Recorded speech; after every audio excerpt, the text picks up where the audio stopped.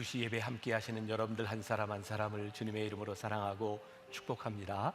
자, 오늘 우리 송다혜, 우리 진미선 집사님, 우리 다혜는 독일에서 공부하고 있는데 잠깐 한국에 들어와서 특주를 해주게 되어서 잠깐 일어나 보실까요? 네, 박수로 축복하겠습니다. 네, 좋아요. 지난주에 제가 갑자기 예배를 인도하지 못했습니다. 지난 3년 전부터 시작한 글로벌 행사에 저도 참여하게 되었습니다. 아시죠? 글로벌 이벤트. 네, 뭐 한 번쯤은 또 이렇게 참여하는 것도 괜찮은 것 같아요. 제가 이렇게 코로나에 걸려 보니까 또 이렇구나라는 생각이 들고, 요즘은 제가 빨리 걸린 게 오히려 큰 축복이다라는 생각도 드네요. 많이 자유로워졌어요. 아무튼 많은 분들이 어려운 때를 지나가고 있는데 우리 한번 두 손을 흔들어서 우리 건강하세요 한번 그렇게 인사해 볼까요? 시작. 건강하세요. 네, 고맙습니다. 자, 오늘 여러분들과 함께 예수의 길에서다, 이제 세 번째 말씀을 나누려고 합니다. 첫 번째, 두 번째 말씀을 통해서 초대, 그리고 우리를 부르시는 부르심에 대한 말씀을 나누었고, 오늘은 그 부르심이 우리들에게 어떤 도전이 되는가, 그 도전에 대한 말씀을 나누려고 합니다. 뭐 지난주부터 이번 주 앞으로 말씀들이 우리들에게 전혀 새로운 것이 아닙니다. 다 알고 있는 말씀들이에요. 문제는 우리들이 이 말씀대로 살아가느냐에 대한 부분이죠. 오늘 우리에게 주시는 도전은 원수를 사랑하라. 오늘 말씀은 이게 답니다. 원수를 사랑하라. 그리고 제가 30분 동안 한 얘기 또 하고, 한 얘기 또 하고, 한 얘기 또 하고, 한 얘기 또 할 거예요. 자, 원수를 사랑하라. 이것이 우리들에게 어떤 도전이 되는가. 지난해 우리는 새벽마다 주님은 나의 최고봉 말씀을 묵상했습니다. 1년 동안 저에겐 정말 힘든 일이었어요. 그 묵상집을 1년 동안 늘 쓰고, 그리고 그 묵상집이 나오고 나서는 늘 제가 느끼는 것처럼 어떻게 사람이 이런 책을 쓸 수 있을까, 막 정말 너무, 제가 너무해요? 네. 그러면서 이렇게 하루하루 그 어머니 기도실에 그 릴레이 기도를 하면서 한 장 한 장 지나갈 때마다 제가 이런 말씀이었구나 또 깨닫는 것들이 있어요. 그 5월 11일자 훈련해야 할 사랑에 보면 오스왈드 챔버스가 이런 이야기를 하고 있어요. 성령께서는, 하나님께서 내가 사랑스러워서 나를 사랑하는 것이 아니라 그것이 그분의 속성이기 때문에 나를 사랑하심을 알려주십니다. 우리가 사랑받을 만한 자격이 있기 때문이 아니라 그것이 하나님의 속성이기 때문에 우리를 사랑하셨다는 말씀이에요. 오늘 우리는 이 사랑에 대한 새로운 기준을 다시 한번 생각해 보려고 합니다.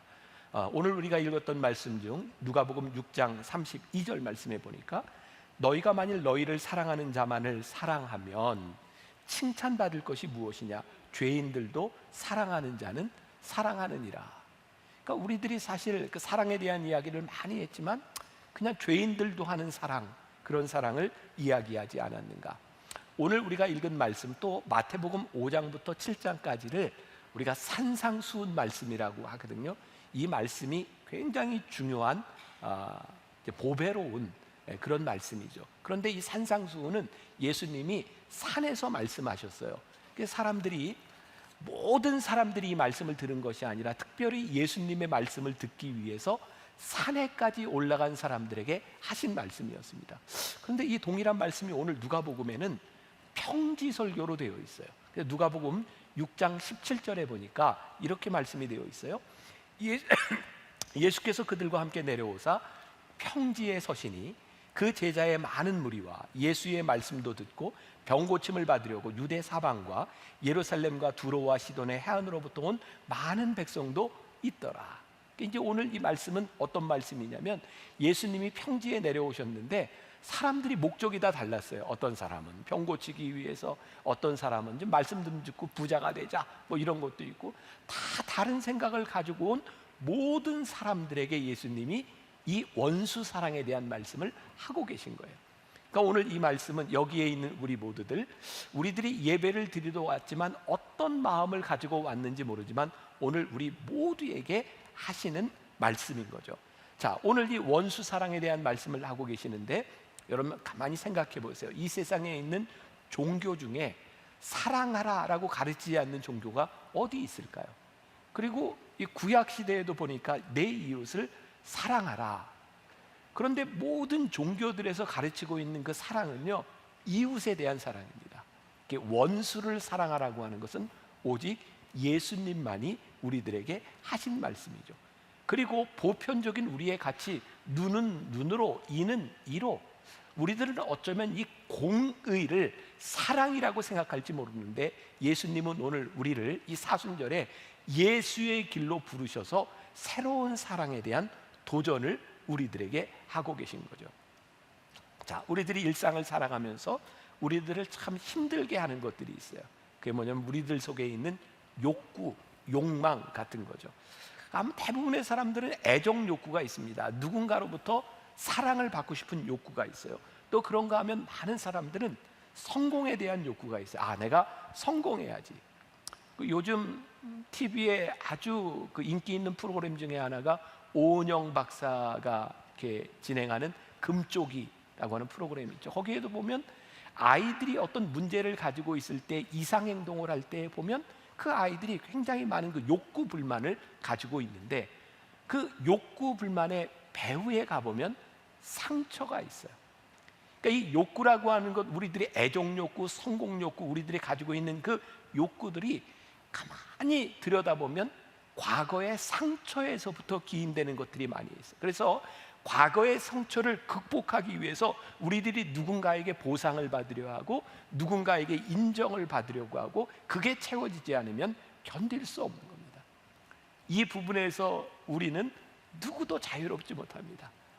여러분, 누군가에게 인정받지 않고 사랑받지 않고 우리들 견딜 수 있나요? 그런데 이렇게 보편적인 이런 욕구라고 하는 것이 왜 문제냐? 이 욕구들이 채워지지 않기 때문에 문제고, 우리들이 누군가를 통해서 이 욕구를 채우려고 할 때 그것을 채워주지 못하는 사람들이 나에게 원수가 되기도 한다는 거죠. 그래서 이 욕구들은 때때로 폭력적으로 변하기도 합니다. 부모가 자식에게 폭력을 행사하고, 사랑하는 애인 가운데서도 폭력을 행사하는 경우가 나에게 채워지지 않는 이 애정에 대한 욕구들을 강요하는 것으로 인해서 폭력적으로 나올 때가 있어요. 그래서 이 사랑이라고 하는 것이 참 좋은 말이기는 한데, 이 사랑 때문에 상처를 받고 물고 뜯고 원수가 되는 것도 우리는 부인할 수 없는 거죠. 이러한 상처를 극복할 수 있는 일에 대하여 제가 지지난주부터 시작한 이 설교는 헨리 나우엔이 쓴 예수의 길이라고 하는 그 길을 지금 따라가고 있어요. 헨리 나우엔이 오늘 이 도전에 대해서 극복할 수 있는 해결을 이야기하고 있는데, 사실 오늘 말씀은 여기서 끝. 이거 하나면 돼요. 그게 뭐냐면 처음 사랑을 회복하라는 거예요. 자, 헨리 나우엔이 이렇게 말을 합니다. 너는 내 사랑으로 태어났다. 내가 사랑으로 내게 숨결을 불어넣었고, 사랑의 말씀으로 너를 창조했기에 너는 내 사랑의 성육신이다. 내 안에는 미움도 없고 복수심도 없고 원한도 없다. 나는 너를 완전히 받아들인다. 나는 너를 사랑한다. 그러니 이 사랑을 믿을 수 있겠느냐? 주님께서 우리들에게 하시는 말씀이죠. 우리 교회는 BTD 영성훈련이 있습니다. 처음 영성훈련을 시작할 때 아무도 모르고 서로 들어온 사람들이 함께 부르는 찬양이 하나 있어요. 당신은 사랑받기 위해 태어난 사람, 당신의 삶 속에서 그 사랑받고 있지요. 당신은 사랑받기 위해 태어난 사람, 당신의 삶 속에서 그 사랑받고 있지요. 매번 이 찬양을 부르거든요. 이 찬양을 부를 때 그냥 아무것도 하지 않았는데 이 찬양을 부르는 중에 눈물을 활칵 쏟는 사람들이 참 많아요. 당신은 사랑받기 위해 태어난 사람, 그거 한마디가 우리의 가슴의 모든 것들을 다 무너뜨리는 거죠. 우리가 깨닫지 못했던 처음 사랑, 근원적으로 우리를 사랑하신 그 사랑은 어떤 조건에 대한 사랑이 아니라 내가 사랑받기 위해 태어났어. 하나님이 너를 사랑하셔. 아, 하나님이 나를 사랑하시는구나. 내가 사랑받는 존재이구나. 이때 우리들에게 채워지지 않았던 모든 욕구가 채워져요. 그리고 그때 우리는 감사하게 되죠. 그리고 원수를 사랑한다고 하는 것이 이렇게 할 수 있는 것이구나 라는 것을 깨닫게 되죠. 헨리 나우엔이 그 책에서 이렇게 이야기를 합니다. 너는 넘치는 사랑을 받은 존재이기에 작은 이익 따위는 생각하지 않아도 된다. 이 처음 사랑, 이 근원적인 사랑을 우리들이 깨닫는 것이 중요하다는 거죠. 깨어진 관계, 그리고 이것이 어떻게 회복될 수 있는가. 여러분, 깨어진 관계의 시작은 늘 그래요. 우리가 누군가에게 요구하기 시작하면서부터. 왜 깨어져요? 우리가 요구하는 걸 다 들어주지 못하니까. 그렇다고 모든 이 요구라고 하는 게 이기적일까요? 저는 그렇게 생각하지 않아요. 어쩌면 당연한 것일 수 있어요. 내가 너를 이만큼 사랑하니 너도 나에게 그 사랑을 보여주겠니? 어쩌면 당연한 일일지 몰라요. 여러분들은 어떠신지 모르겠지만 제 아내가 가끔 저한테 묻는 게 있어요. 나 사랑해? 그 얘기를 내가 어떻게 대답을 해야지? 그리고 저도 아내에게 나는 사랑받는 존재인가? 우리들이 살아가면서 끊임없이 우리들이 알고 싶은 게 뭐냐면 내 사랑의 요구가 채워지는가라고 하는 거죠. 그러나 이 욕구는 아무도 채워주지 않는다는 거예요. 사랑으로 시작하지만 이 사랑은 결국 파국으로 갈 수밖에 없는 거예요. 왜? 채워지지 않기 때문이죠. 헨리 나우엔은 예수의 길에서 또 이런 이야기를 합니다. 우리가 다른 사람을 사랑할 수 있음은 내 심연의 자아가 처음 사랑을 만났기 때문이다. 하나님의 사랑은 조건도 없고 한계도 없다. 우리는 관계를 맺을 때 상대방도 그 처음 사랑으로 사랑받는 존재임을 인식해야 한다. 우리의 관계는 그런 거죠. 결혼의 관계도 있어요. 우정의 관계도 있어요. 공동체의 관계도 있어요. 자, 우리는 보편적으로 이런 관계를 맺으면 이 관계 속에서 내 사랑과 너의 사랑을 확인하려고 하는 거예요. 근데 헨리 나우엔이 굉장히 중요한 통찰을 하고 있는데요. 우리의 관계 속에서 내 사랑을 확인하려고 하면 이것은 절대로 채워지지 않지만 우리의 관계 속에서 하나님의 사랑이 드러나도록 한다면 우리들이 이 사랑을 이해할 수 있겠다. 우리의 관계 속에서 하나님의 사랑이 드러난다고 하는 것은 무엇일까? 서로의 사랑을 확인하는 것이 아니라 하나님의 사랑이 드러나는 것, 하나님의 사랑이 소통되는 것. 우리 인격이라는 말이 person, personality라는 말이잖아요. 이 person이라고 하는 말은 라틴어의 두 개의 단어가 결합이 되어 있어요. per라고 하는 말은 통하다라고 하는 뜻이고요. sonare라고 하는 말은 소리를 낸다라는 거예요. 그러니까 우리들이 인격적인 관계가 된다고 하는 것은 내 일방적인 욕구가 아니라 그 안에서 소통이 되고 소리가 들려지는 것이 인격적인 사랑인 것이죠. 자, 헨리 나우엔이 쓰는 표현 중에 조금 어려울 수도 있겠는데 한번 들어보세요. 우리가 그 처음 사랑을 알고 하나님의 집에 거하면 내 안에 임재하시는 하나님이 타인 안에 임재하시는 하나님을 알아보신다. 반대로 내 마음속에 악마가 있으면 사방에 귀신이 보이고 우리 안에 어두운 세력이 있으면 도처에 어두운 세력이 보인다. 마음이 어두운 사람의 눈에는 그런 사람만 보이는 법이다. 어둠은 어둠에게 말하고 악은 악에게 말한다. 그러나 사랑은 사랑에게 말하고 하나님은 하나님께 말씀하신다. 제가 조금 설명을 해볼까요? 저에겐 이렇게 이해가 되었어요. 하나님의 사랑을 내가 알고 내가 하나님의 집에 하나님이 내 안에 거하시면 내 안에 계시는 하나님이 그 사람 안에 계시는 하나님을 알아봐요. 처음 사랑이 내 안에, 근원적인 사랑이 내 안에 있을 때 내 속에 있는 이 사랑이 하나님의 사랑이 누군가를 알아보게 돼요. 그런데 내 안에 이 근원적인 사랑이 없어요. 어두움이 있어요. 그러면 우리들이 어두움의 눈으로 보게 되는 거예요. 그러니까 이 원수 사랑, 이것이 어떻게 가능한가? 내 안에 하나님의 사랑이 있어서 당신은 사랑받기 위해 태어난 사람, 당신의 삶 속에서 그 사랑받고 있지요.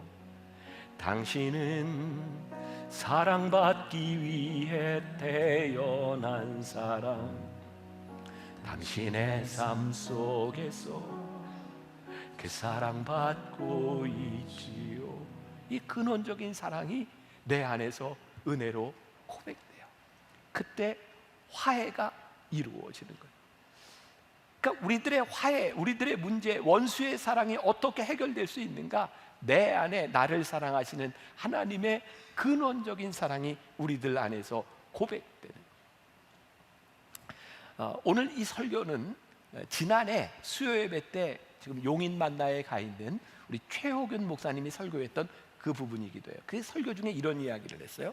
그 목사님한테는 아들이 둘이 있는데 이 형과 동생이 싸움을 한 거예요.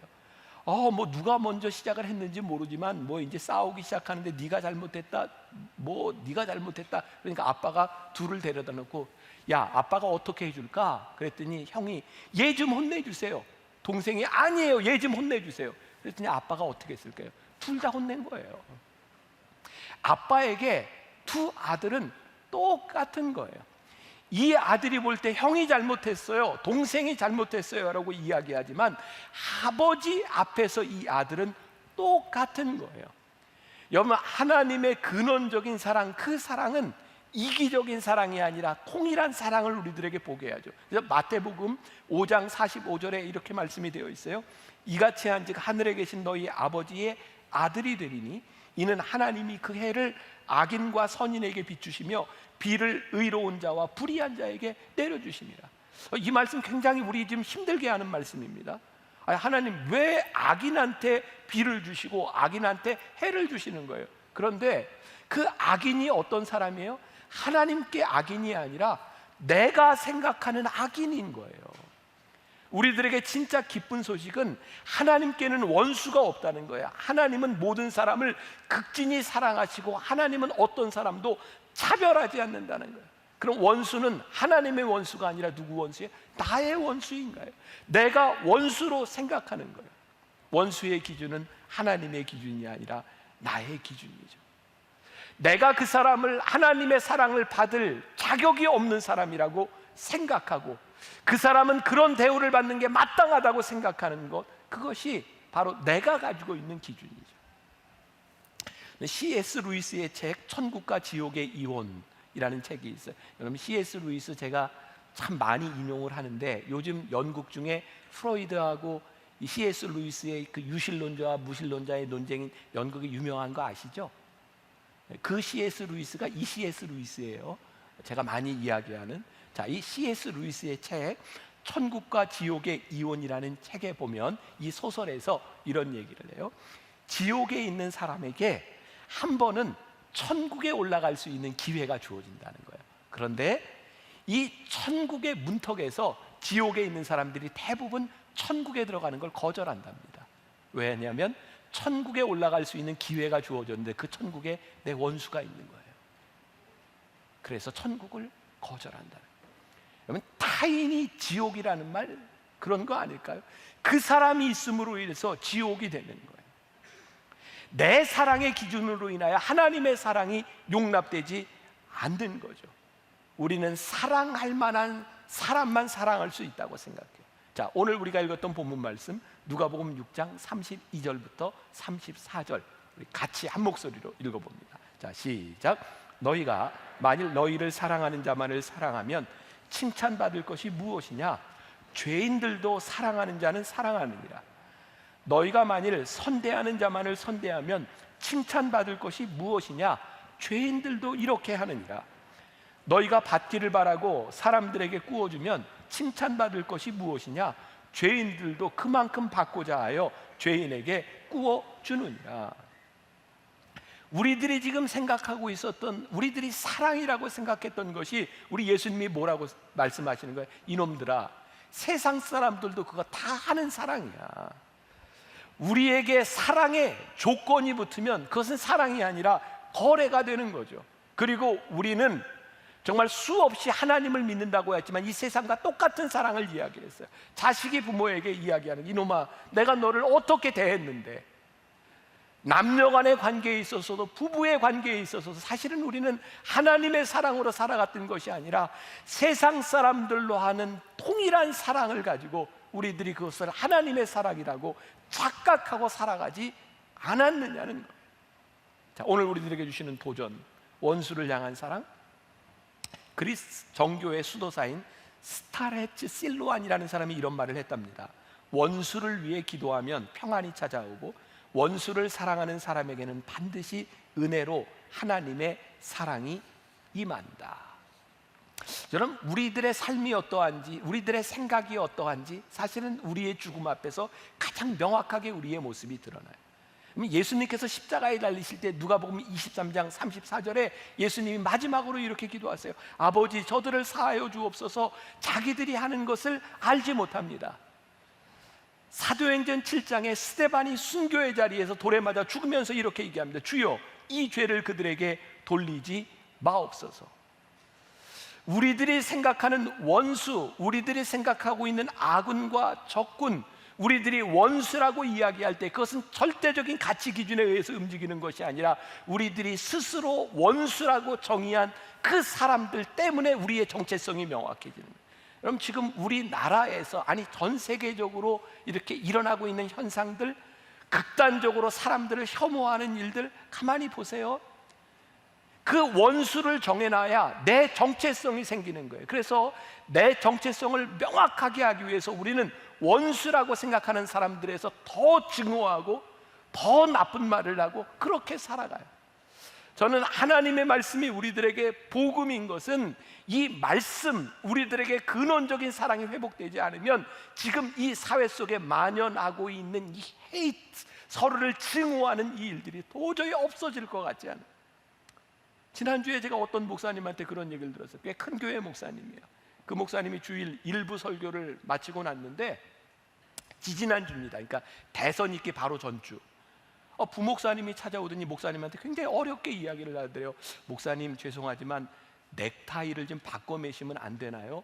근데 목사님은 아무 생각 안 하고 넥타이를 메고 왔는데 빨간 넥타이를 맨 거예요. 그랬더니 예배를 마치고 나가면서 교인들이 목사님이 혹시 어떤 한쪽을 지지하는 게 아니냐고. 그래서 넥타이를 뭐로 바꿀까 갑자기. 그래서 사무실에 보니까 다행스럽게도 이렇게 스트라이프 줄이 간 넥타이가 있는데 빨간 줄, 파란 줄, 빨간 줄, 파란 줄가 있는 넥타이가 있어요. 그래서 그거 메고 설교했대요. 그 이야기를 들으면서 야, 우리들이 원수를 정해놓고 저 사람은 내 편이 아니다라고 정해놓으면 이렇게까지 갈 수 있는 거구나. 여러분들, 우리나라 순 우리말이 뭐 옥스퍼드 사전에 등재됐다면서 그대로 내로남불. 네? 내가 하면 로맨스고 남이 하면 불륜이고, 우리들이 그렇게 원수를 만들어 놓는 순간 그 가치 기준들이 그렇게 극단적으로 갈 수밖에 없는 거죠. 그런데 하나님께서 우리들에게 가르쳐 주시는 놀라운 일이 있는 거예요. 이 사순절을 지나가면서 하나님의 사랑에는 차별이 없다는 거예요. 내가 이 당을 지지하는데 하나님께서는 저 당의 사람도 사랑하고 계시고 그들 모두에게 동일한 은혜를 베푸시는 이 분이 우리 하나님이라는 사실을 우리들이 알 때, 우리들이 원수라고 생각했던 사람을 우리들이 어떻게 대할 수 있고 어떻게 그것을 우리들이 극복할 수 있는지.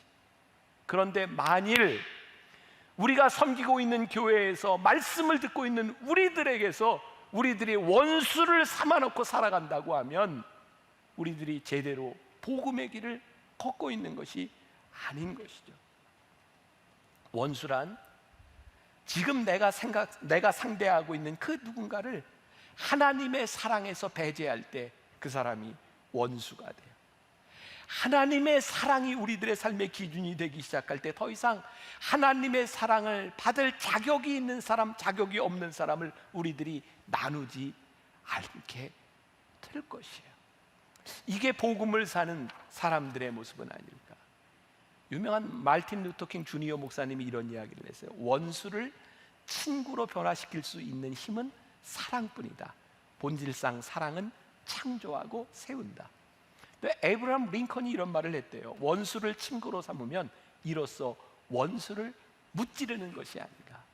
여러분, 원수를 무찌르는 유일한 방법이요, 원수를 친구로 삼는 거예요. 원수가 원수인 채 남아있으면 그 원수는 우리들에게서 극복되지 않는 거죠. 원수는 우리를 파멸로 몰아가요. 그러나 원수가 내 친구가 되면 우리들의 삶이 창조적으로 세워지기 시작해요. 저는 이 강단에서 설교하면서 제일 감사한 일이 무엇인가? 이렇게 설교하면서 제 눈에 원수가 띄면 내가 참 설교하기 힘들 것 같아요. 근데 아무리 봐도 여기에 원수가 없어. 그게 저로 하여금 이 강단에 서서 설교하는 가장 큰 힘인 거예요. 하나님, 저에게 원수가 없음이 큰 축복인 줄 믿습니다. 여러분들의 삶의 원수가 친구로 되어질 때 우리는 하나님의 큰 축복 속에 들어가게 되는 거죠. 원수를 사랑할 때 자유를 얻어요. 원수에게 내어줬던 그 지배하에서 우리들이 해방되는 거예요. 그러고 보니까 원수를 사랑하라고 하는 이 말씀은 하나님께서 원수를 위해 주신 말씀이 아니에요. 누구를 위해 주신 말씀이에요? 나를 위해 주신 말씀이에요. 원수를 사랑하는 게 이게 이렇게 큰 축복이구나. 자, 오늘 우리들에게 주시는 도전, 이 원수를 사랑하는 것에 대해서 우리들이 어떻게 반응할 것인가? 헨리 나우에는 예수의 길이라고 하는 책에서 너무나 쉬운, 우리가 너무나 잘 알고 있는 답을 제시해주고 있어요. 이런 얘기 나도 하겠다. 첫 번째, 원수를 위해 기도하래. 나도 알아. 근데 이게 안 되는 거예요. 여러분, 원수를 위해 기도하려고 하는데 기도가 되나요? 기도가 나와요? 그거 굉장히 힘든 거예요. 당연한데 힘든 거예요. 근데 그의 책에 보면 이런 이야기를 하고 있대요. 우리들에게 근원적인 처음 사랑이 우리들에게 들어올 때 원수를 위해 기도할 수도 있고, 우리들이 힘들지만 원수를 위해 기도하기 시작할 때 그때 깨달아지는 것이 우리를 향한 처음 사랑이 깨달아진다. 원수를 위해 기도하는 것이 쉽지 않지만 원수를 위해 기도하십시오. 그때 우리들이 깨닫게 되는 처음 사랑이 우리들에게 있다는 말씀이에요. 두 번째, 이런 얘기 나도 하겠다. 구체적으로 행동하고 용서하래요. 그죠? 여러분들 들으면서 나도 안다. 근데 문제는 뭐예요? 어려운 거예요. 늘 우리의 감정 속에서만 존재하는 것이 아니라 우리들이 이것을 우리들의 삶의 방식으로 만들어가는 것이 쉽지 않은 거예요. 자, 예수의 길에서다. 예수님께서 우리를 초대하셨어요. 우리를 부르셨어요. 이 말은 어떤 의미일까요? 우리가 이렇게 살아가고 있는데, 여기에서 살아가고 있는데 예수님께서 우리를 여기로 부르셨어요. 이 말은 여기에 살 때 우리들이 가지고 있었던 우리의 가치관, 우리의 삶의 방식이 아니라 주님께서 우리를 부르신 주님의 삶의 방식으로 우리들에게 살아가라고 하는 초청이고, 이 초청은 우리들에게 도전인 거예요. 원수를 사랑하라고 하는 것은 내가 가지고 있었던 나의 삶의 방식에서 일어날 수 있던 일이 아니라 주님께서 우리를 초대하신 그 길에서 우리들이 할 수 있는 일, 삶의 방식이 바뀌어지는 거예요. 여러분, 우리가 예수를 믿는다, 예수님을 따른다, 우리가 제자가 된다 라고 하는 말씀은 우리들이 살았던 우리들의 삶의 방식에서 예수의 길에 우리들이 들어서서 우리의 삶의 방식이 바뀌어지는 거죠. 우리가 예배드리고 말씀 듣고 우리가 그렇게 오랜 시간을 신앙생활해도 이 자리로 우리들이 움직여지지 않는다면 우리는 예수의 길에 들어선 사람들이 아니죠. 처음 사랑, 근원적인 사랑 참 힘들죠. 그래서 이사야 43장 1절부터 4절까지 보니까 하나님이 그 이스라엘 백성들을 어떻게 사랑하시는지 하나님이 사랑을 고백하고 계시는데, 유진 피터슨의 메시지 성경으로 제가 좀 읽어드려요. 두려워하지 마라. 내가 너를 속량했다. 내가 내 이름을 불렀다. 너는 내 것이다. 내가 길을 잃고 갈팡질팡할 때 내가 함께할 것이다. 내가 물에 빠져 허우적거릴 때 가라앉게 내버려 두지 않을 것이다. 사면 초가에 처해도 그것이 내게 막다른 골목이 되지 않으리라. 나는 하나님, 곧 너의 하나님, 이스라엘의 거룩하니 너의 구원자이기 때문이다. 나는 어마어마한 값을 치르고 너를 샀다. 너를 얻으려고 이집트를 다 귀중한 구스와 스바도 같이 내놓았다. 너는 내게 그만큼 소중하다. 내가 너를 그만큼 사랑한다. 너를 얻기 위해서라면 나는 온 세상도 팔 수 있다. 창조 세계와 너를 맞바꿀 수도 있다. 그러니 두려워하지 마라. 내가 너와 함께한다. 이게 하나님께서 우리를 향해 말씀하신 하나님의 사랑이고, 이것이 우리들에게 주시는 도전이고, 우리가 주님의 삶을 따르기로 결심할 때 이 근원적인 사랑을 가지고 우리들이 주님의 길을 함께 가는 거예요. 당신은 사랑받기 위해 태어난 사람, 당신의 삶 속에서 그 사랑받고 있지요. 당신은 사랑받기 위해 태어난 사람, 당신의 삶 속에서 그 사랑받고 있지요.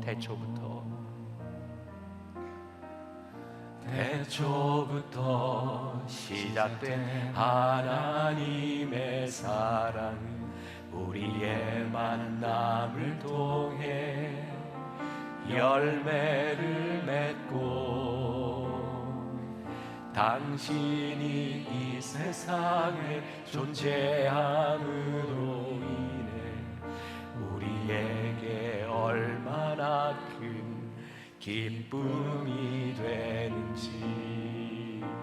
당신은 사랑받기 위해, 당신은 사랑받기 위해 태어난 사람, 지금도 그 사랑 받고 있지요. 당신은 사랑받기 위해 태어난 사람, 지금도 그 사랑 받고 있지요. 태초부터 여러분들을 사랑하시던 그 사랑이 우리를 원수 사랑으로 우리를 초대하고 계세요. 그래서 우리는 예수의 길을 가요. 그럼 예수의 길을 간다고 하는 게 어떤 의미일까요? 예수의 길을 가면 우리들의 삶의 모든 고난과 역경이 없어질까요? 아니에요. 예수의 길을 가는 동안 어쩌면 우리들은 더 곤고한 일을 처할지 몰라요. 더 힘든 일을 지나갈지 몰라요. 근데 예수의 길은 우리들이 그 가운데 예수님과 함께 동행하는 길이에요. 제가 몇 번 여러분들에게 이야기한 적에서 제가 제일 좋아하는 단어 하나를 꼽으라면 꼽을 수 있는 단어 중에 하나가, 제가 이제 독일어 공부할 때 그 독일어로 제자라고 하는 말, 나하 폴게라는 말이 있어요. 나하는 애프터라는 말이고, 폴게, 폴겐, 따른다, 걷는다는 거예요. 제자의 도가 뭐냐면 예수님의 뒤를 따라 걷는 게 제자예요.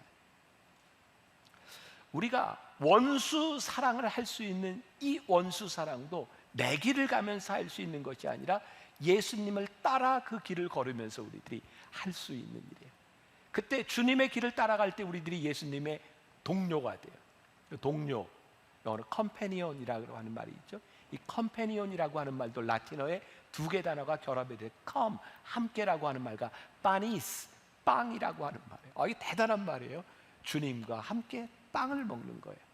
주님과 함께 먹고 거하는 거예요. 주님의 동료가 되는 거예요.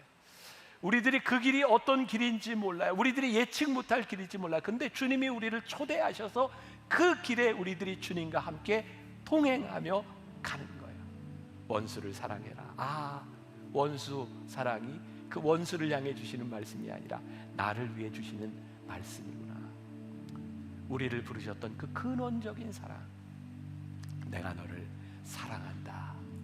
이 말씀 가운데서 우리들이 응답하고, 이 말씀이 우리들에게 도전이 되고, 주님과 함께 컴패니언, 주님과 함께 빵을 떼며 밥을 먹으며 이 길을 가는 것, 이게 사순절에 우리를 부르신 도전입니다. 이번 한 주간 여러분들에게 그 도전이 있었으면 좋겠습니다. 원수를 사랑함으로 우리들이 누릴 수 있는 자유와 기쁨이 여러분들에게 있기를 간절히 소원합니다. 자, 우리 찬양을 한번 듣고 같이 불렀으면 좋겠어요. 미가서에 있는 말씀을 가지고 만든 찬양인데 가사가 참 좋습니다.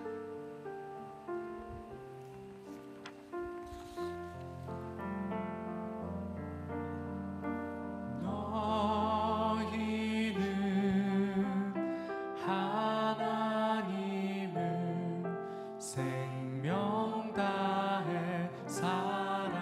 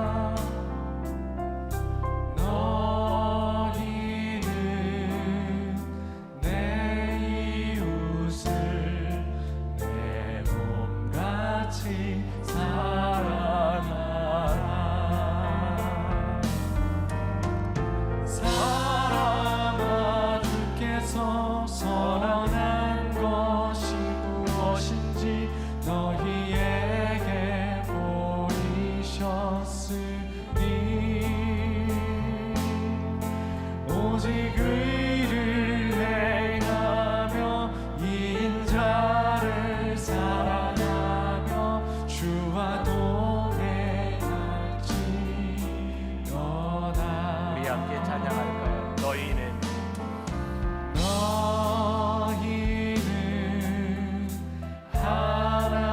하나님을 생명 다해 사랑하라.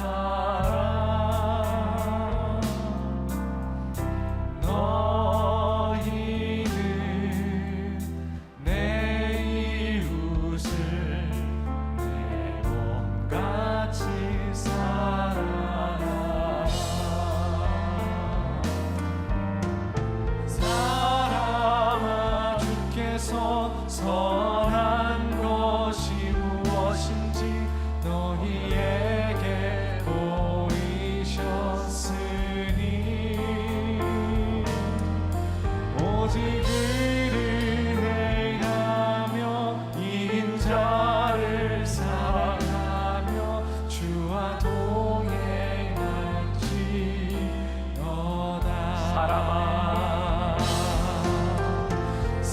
사랑아, 주께서 선한 것이 무엇인지 너희에게 보이셨으니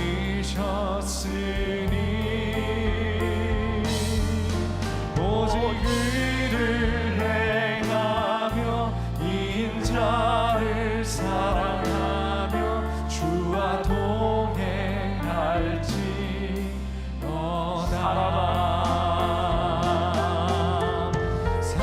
사랑아, 주께서 선한 것이 무엇인지 너희에게 보이셨으니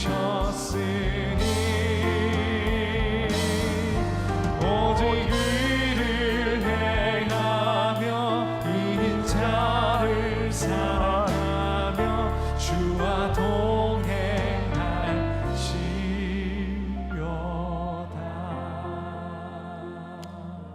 사순절 예수의 길에 서기를 원하는 우리들에게 주시는 도전의 말씀입니다. 원수를 사랑해라. 우리는 원수를 사랑하는 것이 참 힘들다고만 생각했는데 원수를 사랑하는 것이 나를 위해 주시는 축복의 말씀이구나. 원수를 사랑하는 것이 우리를 자유롭게 하고 우리를 해방시키는 일이구나.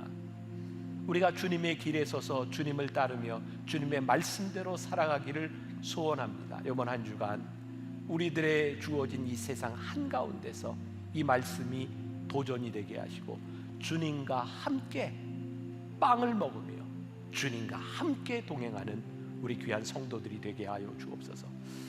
몽골의 아가페 병원을 우리들에게 큰 짐으로 주셨다고 생각했는데 그것이 우리들에게 축복임을 고백합니다. 그것을 통하여 하나님의 뜻을 또 잘 이루어가고 하나님의 나라를 볼 수 있는 아름다운 일들이 그것을 통하여 일어나게 하여 주옵소서. 지금은 우리 주 예수 그리스도의 은혜와 하나님 아버지의 무한하신 사랑과 성령의 인도하심이 원수를 사랑하라는 도전을 우리의 가슴에 품고 이 세상으로 나가는 당신의 사랑하는 모든 백성들 위해 지금부터 영원까지 함께 하시기를 간절히 축원하옵나이다. 아멘.